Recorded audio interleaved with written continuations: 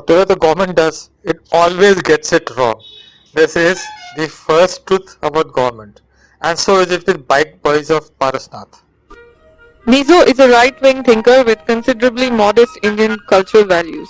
He has never held any government post in his life, nor is he associated with any organization. All his videos are original and creative. Please enjoy.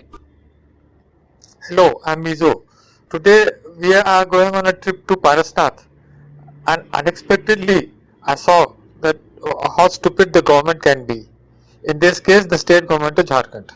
We are leaving home at around about 5 o'clock in the morning. We are about 100 kilometers away from Jharkhand. It takes about 2 hours. And this is the Shikhaji temple, the place we are going to go. This is a Jain temple, and it was built in 1775 AD. Jain is one of the oldest religions in the world, about 2000 years old. I have borrowed a friend's Nano, smallest car in the world probably. And this is another view of the Shikhar temple. The Shikhar temple means, Shikhar means on top. And this is yet another, this is me, Mizo. And this is Illa. She's getting into the Nano car. This is yet another view. We are approaching Parasnath, and you can already see that the forest and the trees are getting thicker. This is one view of the Parasnath hills. This is the way you take the step up. The two ways are going, one by the step and one by the road. And as you enter, there are a number of temples out there. This is one of them. You have a big statue of Lord Mahavir Jain outside and a small statue outside. Probably inside they don't have any statues because the Jains are a very peculiar type. We stopped at Sadhu Hotel. This is where we begin our journey. The car ends and the bike journey or the foot journey begins from here. We had $1 meal each, which is quite possible here. This is a very simple hotel establishment run by a family. You find this all over India. And this is me and Anilaji, my wife. And the next scene you will see is this black guy. He is the Thana man. He is the person who collects money from the tourists and extortion basically, and the bike boys. And this is the way up. I am not going to describe this. You can see for yourself. The bike boys are going up for about $10 each. That's about 600 rupees. I'm not going to describe this. You can see for yourself how nice it is.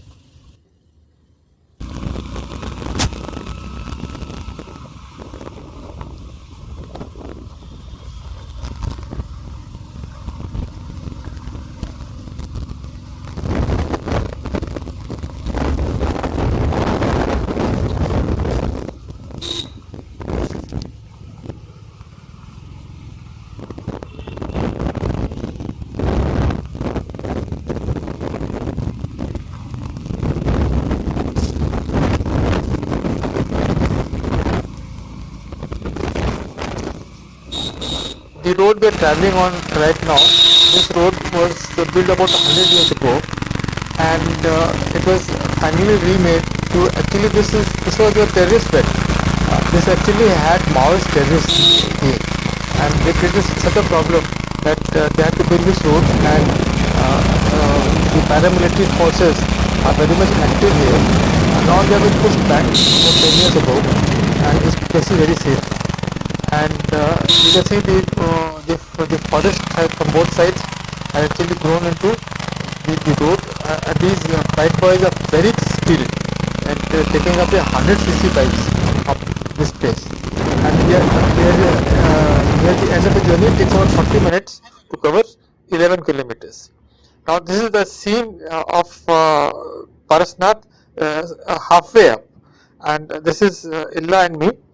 And you can see the surroundings, which are very nice and pleasant and cool out here. And there's some wildlife, monkeys and stuff like that. This is one of the bike boys, and this is Illaji, and you can again see the Parasnath city in the background. And we have reached the upper limits of the bike. The bikes are not allowed to go beyond this. Beyond this, we have the steps. Now, these steps are about half a kilometer, but because we are one and a half, 1.25 kilometers, about 1 mile above sea level, the atmosphere is very thin. So just to cover this half a kilometer, last half a kilometer, which is steep incline with steps, we got to stop out 4 or 5 times because the oxygen become very thin. However, moving very gradually, we move all the way to the top. Now, this previously this journey was either you could use this direct road, which is about 10 kilometers long. It takes about 5 to 6 hours to climb all the way up. Now, previously that road was used basically for carrying. There were palanquins that carried people up who couldn't do it. This is a tea house out there where we drank tea and had some pakoras. Now, the idea behind that was that the local people, they used to carry the on the shoulders. They used to carry those tourists who willing to pay up the shoulders. The rest of them used to just walk up.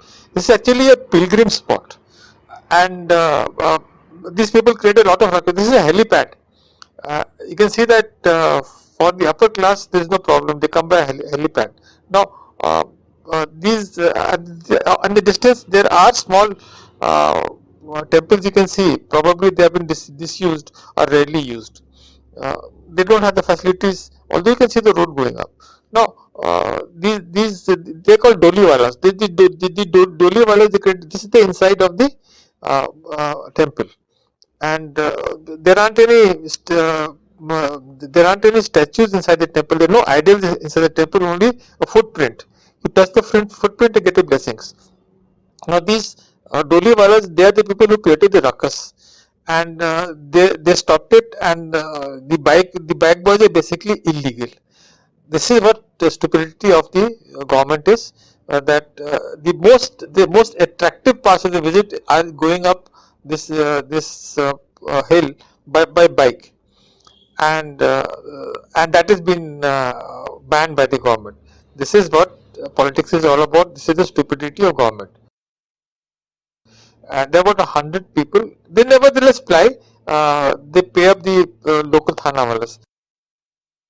We are on the way down, and basically these bell boys are illegal. It's just an illegal activity because the government has stepped in with this stupid stuff.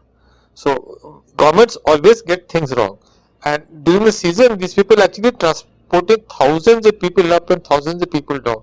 That is a total business which the government denies and makes it illegal.